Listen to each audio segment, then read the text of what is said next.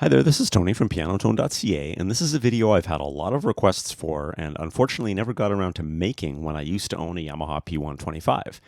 So since I just recently bought a used P-125, it's finally time for my full review on Yamaha's amazing and free app, Smart Pianist. This app is compatible with some other Yamaha pianos, but this review is going to be focusing on the massive amount of functionality that it adds to the P-125. And also, I will be demonstrating the iOS version of the app on my iPad. I've never actually tested or seen the Android version, so to be honest, I have no idea if the features that I will be demonstrating in this video work on Android or not. And one final note, since the recently released P-125A is actually a downgrade from the P-125, not everything I mention in this video is going to work with the P-125A. So let's check it out. Okay, so while this app is awesome and it does add a ton to the P-125, I always found the navigation to be a little bit confusing until you get used to it. And also, there's multiple places within the interface where you can edit the same setting, and that can also be a bit confusing at first. So I'm just going to quickly outline what the buttons and menus on the home screen mean and where they take you, and then we'll go through them in more detail one at a time.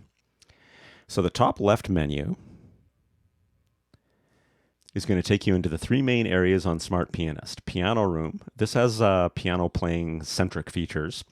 Voices, this is for easily selecting and setting up voices, layers, practicing with rhythms or a metronome, that type of thing.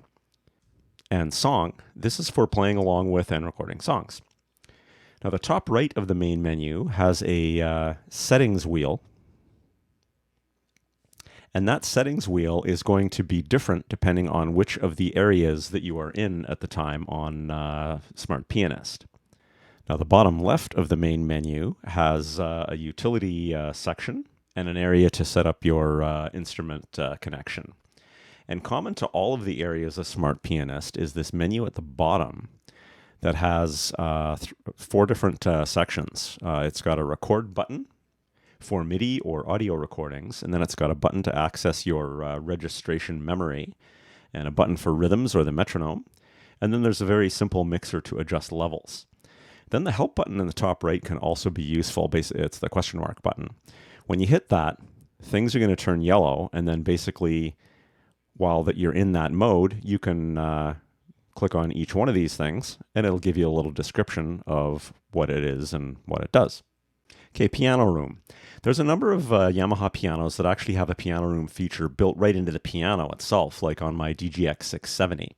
This is meant to help the player focus on just playing piano without overwhelming them with a ton of confusing features, settings, and hundreds of voices on the instrument. For example, when I use Piano Room on my DGX 670, most of the keyboard goes dark and my functionality gets limited to just piano-centric features.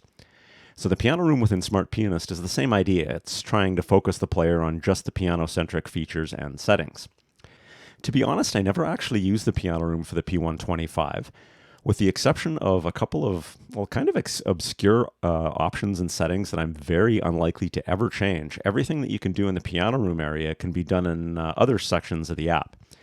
On a lot more of the more expensive pianos that are compatible with Smart Pianist like Clavinovas, the Piano Room can do a lot more than it does on the P-125. Things like opening and closing the lid of a grand piano, etc. Basically more options on customizing different types of piano resonances and effects. The P-125 does have string and damper resonance built in, but the only customization available is turning damper resonance on or off. But I'm going to go through the Piano Room with you anyways, so you can check it out. So with the P-125, when you're in the Piano Room, you're going to notice that you're limited to either the grand piano or the bright grand. Those are the only two voice options that you've got. And also notice when you switch the voice on the screen, if you watch down on the keyboard here, that it's in sync with the keyboard. So it switches it on the keyboard as well. This is one of the things I've always really liked about Smart Pianist. The app and the piano are always kept in sync with each other. This is also actually one of the most frustrating parts of the Casio app, Cordana Play, which has now been basically just repackaged under a new name called Casio Music Space. Those apps are rarely kept in sync with the piano the way that Smart Pianist is. Now, since Piano Room limits you to two instruments, what happens if I use the piano to select something else, like an electric piano? Well, then Smart Pianist is just going to pop me right out of Piano Room, and now I'm actually in the Voices section. So let's go back to Piano Room. Okay, so here I can choose the environment by swiping or navigating left and right up in the top area, you can see I'm in recital hall, concert hall, chamber, club, or off. Basically, all that's doing is those are different reverb choices that are available on the P-125. Now, if I click on the piano room settings while I'm in the top right, I've got a whole bunch of different options here. So touch curve. Touch curve, I can choose, this is basically the touch sensitivity, so it defaults to medium. I can go to soft or medium or hard or fixed. So those are my touch sensitivity settings. Do note that when you change this in Piano Room, it does change it everywhere for every voice, but also note that you can also edit this setting outside of Piano Room. It's actually in the utility menu. Then in environment, this is basically selecting the environment that you're going to be playing in.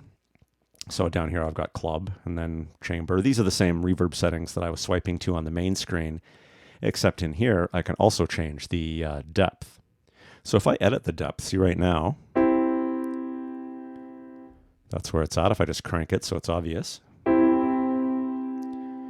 As soon as I've edited the depth for this instrument, this is actually going to edit the reverb depth for this instrument, which is the main piano, outside of the piano room. But note that if we edit the depth outside of the piano room, which we can do in the voices area, I'm going to be showing that later, that does not overwrite the setting in the piano room. This is a little confusing. I guess it does give you the option to have a piano room setting as well as a different setting outside the piano room. The only problem being, though, as soon as you enter Piano Room again, which is where the app opens by default, then it's going to reset all of the customized reverb depth for this instrument inside and outside Piano Room again. This is actually another reason why I don't use Piano Room on the P-125. Now, if you've changed any setting on Smart Pianist anywhere, whether it's a wheel or a slider like this is, and you want to go back to the default, all you have to do is just double tap on the line somewhere. And you can see it's gone back to the default setting. Super handy. And one other thing to note is that all these settings do get remembered when you turn off the piano. So now if I go to master tuning, this is how I can tune the piano to different tunings. So if I'm tuning to like an acoustic instrument that's slightly off, then I can tune to them. And once again, thankful for that double tap to get me back to default. Damper resonance. Your only option here is to turn damper resonance on or off. It is on by default. Damper resonance is meant to simulate the resonance on an acoustic piano that occurs when the damper pedal is pressed. Since this lifts dampers off all of the strings, they are all free to vibrate, so natural resonance can occur with strings that are harmonically related to whatever you're playing. Then the each key setting. This allows you to edit the default tuning and volume of every key on the piano. Personally, I would never go in here and mess with that. There's even a reset button to go back to where you were. But if you had the desire to do this, then that's an option that's available. So before I go on to the voices area, I'd like to go over all the buttons in the bottom left corner that are common to all the different areas in Smart Pianist. Registrations, this is super handy. Because there's no registrations built into the P-125, having them on here is fantastic. And you can, as you can see, you can actually name them. So basically, whatever your current settings are, you can save as a registration, which is super cool. So if I had made a bunch of changes, I could just click Save Current Setting. It would prompt me for a name, and then I can name it whatever I like, and then recall it super quickly and easily. Now note that because I happen to be in Piano Room right now, if I was to save my current settings while in Piano Room and load this registration from outside of Piano Room, it will pop me back into Piano Room because that's where I created this registration. Now also note that if you can't remember what all the settings were within a registration, you can actually click the Info button to get a quick display. So for example, I could go into Blues Swing with Bass, and it shows me the voice that I have displayed. And you actually don't see the rhythm that I have chosen, which is a bit of a shame, but whatever. If you name these things in a way that you're going to know what they are, then that's totally good enough for me. Okay, so if I close the registration memory and then I click on the little metronome here, that's going to get me to metronome and rhythm section. This is a great little area here. You can set the tempo nice and easily. You can tap the tempo if you want on the tap tempo button, or you can adjust it up and down, and then it adjusts it on the keyboard to match. And you can set the time signature for the tempo, or for the metronome. So these are the different time signatures you can have, and then these are the rhythms that are on the piano. So you can see as soon as I scroll into the rhythm section, I can also now choose whether or not I want to have the bass accompaniment, whether or not I want to have an intro, whether or not I want to have an ending. And I can also control the relative volume of the rhythm. This is actually a super handy little section because while I love the user interface on the P-125, the one area where it could really have been improved would have been to have an easy way to select rhythms, because right now, if you don't have Smart Pianist, it's a key combination, so you have to memorize where the rhythms are. And I'm not a big fan of key combinations, but this is awesome. And you actually get the description of what the rhythm is. So super, super handy. So for example, I'm on 8-beat ballad here. I'll leave the bass on, the intro, and the ending on. And I'll start the rhythm up.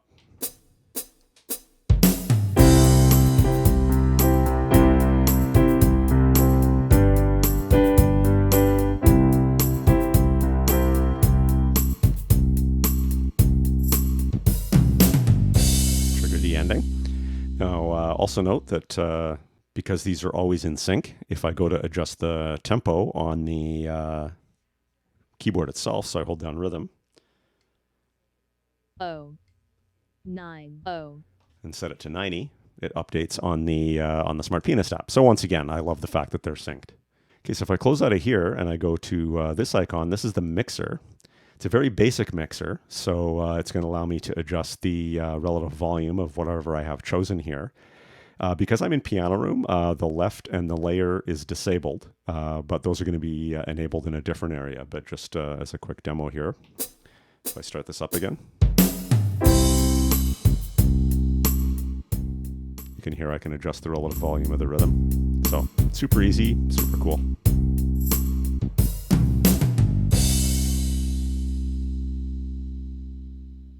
Okay, so the voices menu, this is where I spend pretty much all of my time when I'm using the P-125, because I can do just about everything from here. You've got a nice visual interface to help you choose voices, and once again, notice as I choose different voices, let's say I go to electric piano, vintage electric piano, you can see it's updating on the keyboard as well, so they're in sync nicely. And then I can click done here. Let's say I want to include acoustic bass, turns the bass on, and I can choose which one I want. This is all just so easy to use. And let's say I want to layer that instead, and I'm going to put on a pad. Then I could go to the mixer, and I could adjust the layers. So that pad's kind of loud.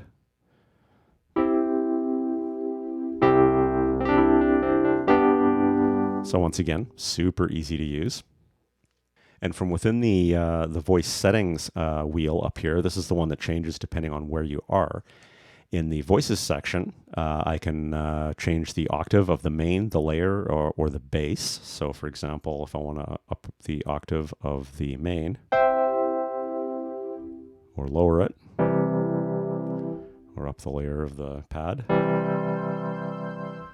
Super cool. And then in the mixer, this is a little more advanced than the other mixer, and the reason is, in addition to the volume section that you've got here, where you can adjust the relative volumes, and once again, if you want to return it to default, double tap. But here, I can also choose the reverb type that I want. Let's say I want to switch to recital hall, and let's say I want to crank the reverb just for the layered voice. Can't really hear that, but I'll do that for this one too. So then the reverb's cranked. And once again, double tap on those wheels to return them to default. So basically, when I use the P-125 and Smart Pianist, I come in here, I set up my voices, layers, whatever I'm going to do, relative volumes, and then I'll immediately go in here and choose whatever rhythm I want to play with, and I'm good to go. And if it's something that I'm using for a song or for some kind of lesson I'm taking, then I'll save it as a registration and can load it up nice and quick next time I'm using the piano. And also with the mixer that is up here, do note that if I change volume in there, that will be reflected in this mixer as well. So once again, everything's nicely tied together.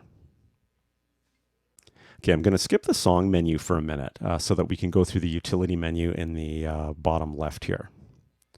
So I'm going to come back to song in a second. So in the utility menu, this is where you go to transpose the keyboard up or down. So you can transpose the keyboard. You can also actually transpose a song that you're working with, which is cool. But there's a better place to do that, which I'm going to show you. So for example,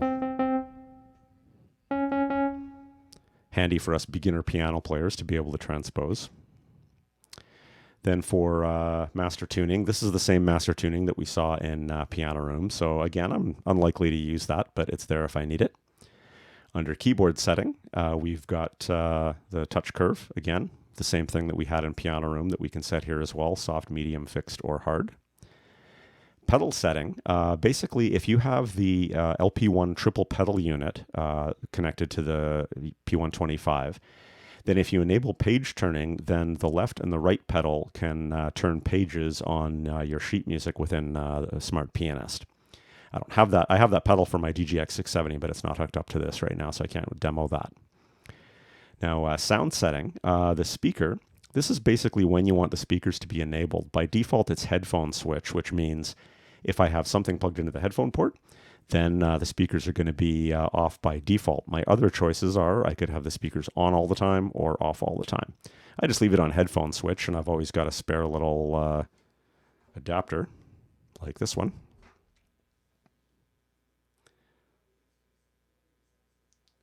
That I can use to just quickly pop into the headphone port when I need to. Now, stereophonic optimizer. This is supposed to make the experience of using headphones sound more 3D or more like you're hearing the natural piano sound in a room. I can't really demo this, but suffice it to say that it actually does sound noticeably better in headphones with this on. I think what's happening is you're getting a tiny bit more reverb, and there's a very mild panning going on to kind of make it seem like the sound is moving around a little, but it does improve the sound in my headphones. Now, intelligent acoustic control, also on by default. This is meant to optimize or enhance lower and higher sounds when played at low volume. To be honest, I tried testing this out a bit, and I didn't notice a huge difference or anything, but my ears aren't the greatest. Now, system. This is just basically showing the version of the app, but it also actually allows you to specify the audio recording quality, and the default when you get Smart Pianist downloaded is AAC. Now, I would highly recommend switching that to WAV if you're going to do any audio recording, because AAC is a lower quality compressed audio format that takes up less room, but WAV is a much better sounding format for recordings. Then you can also specify the auto power off time, and then you can also factory reset the piano. And then you can also back up all of your settings within Smart Pianist to a file, because then you can load that onto another device, which could be super handy, especially if you're using the piano to perform or something, to have all your settings ready on your iPad, but then maybe also ready on your iPhone just in case. So if I go back out to the main menu and go to the instrument menu, this is just basically going to show all of the instruments that I've ever connected to using this edition or this copy of Smart Pianist, and that allows me to choose which one I want to connect to if I had multiples. Now, there is a Bluetooth connection button up here. Now, the P-125 does not have Bluetooth, but there are other pianos that are compatible with Smart Pianist that do. There is also a dongle that is you can get for the P-125 that enables Bluetooth on it, but that dongle is apparently not compatible with Smart Pianist. I'm not a big fan of wireless audio and MIDI connections anyways because of lag, so I'm quite happy just using a cable. Okay, the song select menu. This actually has a ton of features built in. Now, I did mention at the start of this video that not all of the Smart Pianist features that work with the P-125 will work with the more recently released P-125A. And that's because the P-125A does not have a built-in audio interface. So I just wanted to mention that again. Now, I haven't actually tested Smart Pianist with a 125A, but I'm pretty confident that none of the features that I mention in the upcoming section that pertain to recording or playing back audio are going to work. I would assume that only the MIDI options are going to work on the 125A. So if I tap to select a song, I'm going to get the following choices. 50 classics. These are MIDI recordings that you can play along with. I'm going to choose Twinkle Twinkle Little Star. That's about my playing ability level. Now I could just start playing it down here if I wanted. But what is a much better thing to do is to click Done, and then you actually see the sheet music. Now what this is going to allow you to do is play along with it. You can speed it up or slow it down with the tempo. You can transpose it even.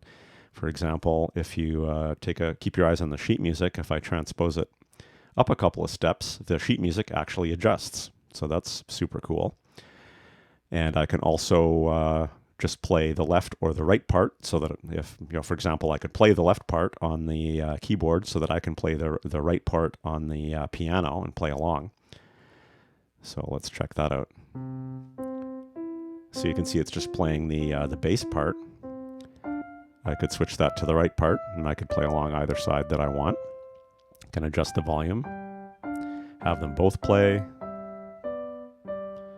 slow the tempo down. So super, super useful way to work on your sight reading and learn some of the songs that are built in here. Now, if I click the settings wheel, it once again is specific to the area I am. This is going to give me some options for how the score is displayed, sizes, if there's lyrics in the song, do I want them displayed, that type of thing. So there's a lot of options in here that you can configure to how you want the music displayed. And you can also even enable like a quantize feature as well. This isn't because I don't sight read sheet music at all. This isn't something that I ever use, but if you're into that, then that can be a super fun area to have. So back out to the song selection area again. If I click on lesson, these are just PDFs actually. So you're not going to get a whole bunch of the features in here. So you're going to see that my menu for playing and stopping and starting is gone. This is just basically a PDF that I can use. So then if I go into demo songs, this is where it starts to get super cool. These are audio files that have chord charts that you can play along with. So if I choose one and then click done, you don't see anything displayed here, but because I'm on the score section. If I click on chords, now I can see the chords of the song and I can actually play along. And it's going to scroll for me.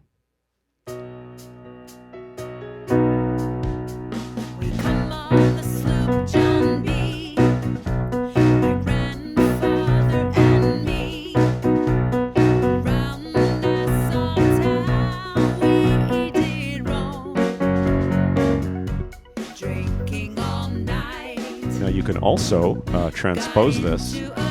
The chords will change, relatively speaking. See, I just moved that up 2 steps. With the vocals, you are going to get the kind of the high-pitched voices, but that's not much you can do about that. Move that back to default. And you can also change the tempo. And so once again, super, super cool. And now if I click the settings wheel in this section, I've also got a melody suppressor we can try. Now this is not necessarily going to work with every song, but let's see if this works for this one.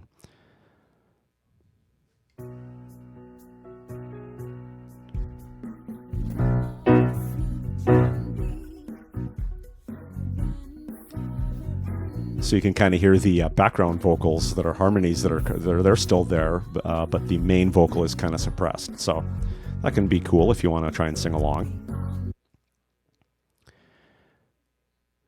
And then I've also got an audio fine tune. So that's actually kind of cool because if you have a audio song that you're playing along with and for whatever reason, it's recorded just slightly off of an actual like defined tuning, then you can fine tune it. You've got options for simplifying the chords and how you want the chords to be displayed. And there's a song edit thing here. You can't really do much other than edit the relative volume, or you can trim the length of the song. I'm not sure why you'd want to bother doing that, but you can. Okay, so when I come back out here to Music Library, this is where it starts to get really, really cool.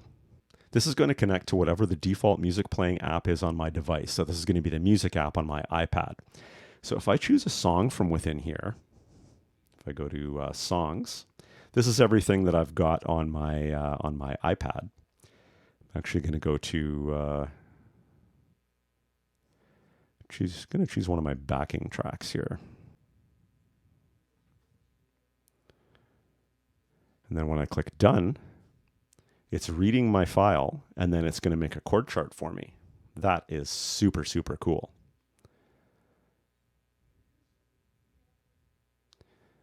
And then I can now play along.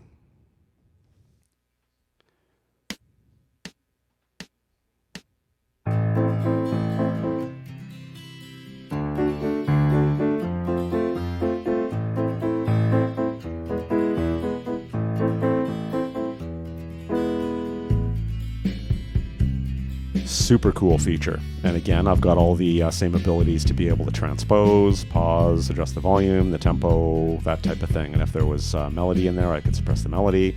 So this is a great feature. But as I mentioned before, keep in mind that this is not likely to work with the 125A. This is only going to work with the P-125. Okay, so the next section is user songs. This is going to include all of the user songs that I've saved in whatever format. So you can see I've got some AAC, some WAVs, MIDIs, as well as any audio songs that you may have imported. So I'm going to record a new one before I go into this, actually. Now, this new recording is the exact same functionality as what you're going to get when you hit this recording down on any of the other menus in any other areas of Smart Pianist. So I'm going to go new recording. I'm going to get prompted for audio or wave. So audio is going to make an audio recording. This is either going to be AAC or WAV, as per your choice in the utility menu. You should set this to wave. If you choose to save it, you're then going to see it listed in your list of user songs.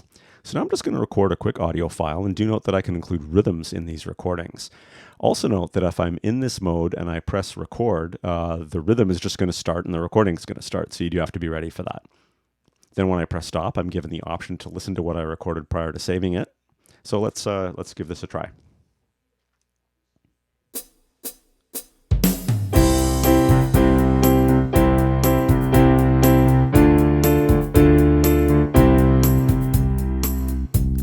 So I can hit the record button to stop.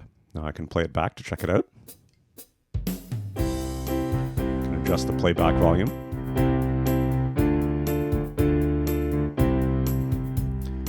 So I'm going to save that. I'm going to rename it to Mega Hit, because that's what it's going to be.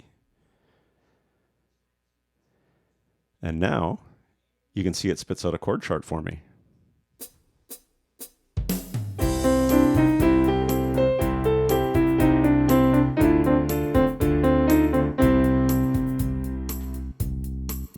And you can just, like I was just doing there, just load up any song and practice along with it as well. It's also good to work on your soloing.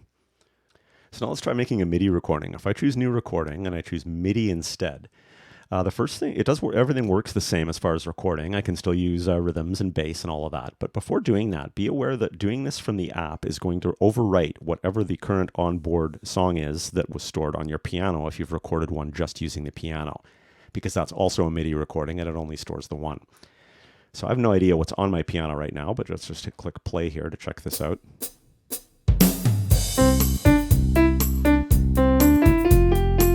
Okay, no idea what that is, but let's overwrite that with something maybe a little better.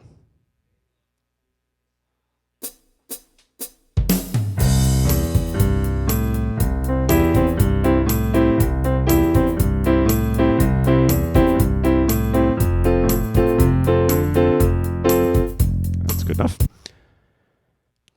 So now, before I do anything here, I'm just going to click play on the piano itself. And you can see that that's already been overwritten what was there before. So just be aware of that. So I'm going to save this one as not a hit yet.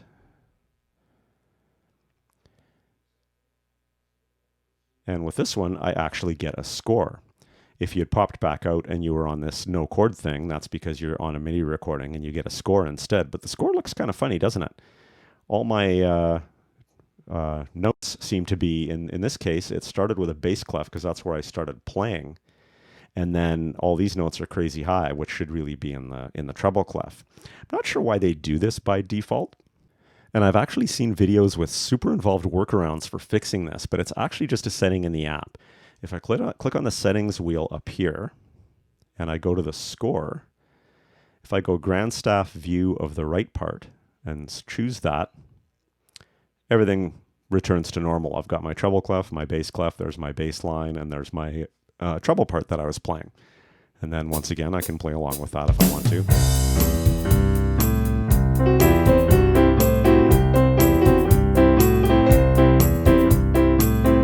And I've got all the other features that I always have with any of the MIDI songs, like transposing, learning the left and right hand separately, all of that kind of stuff.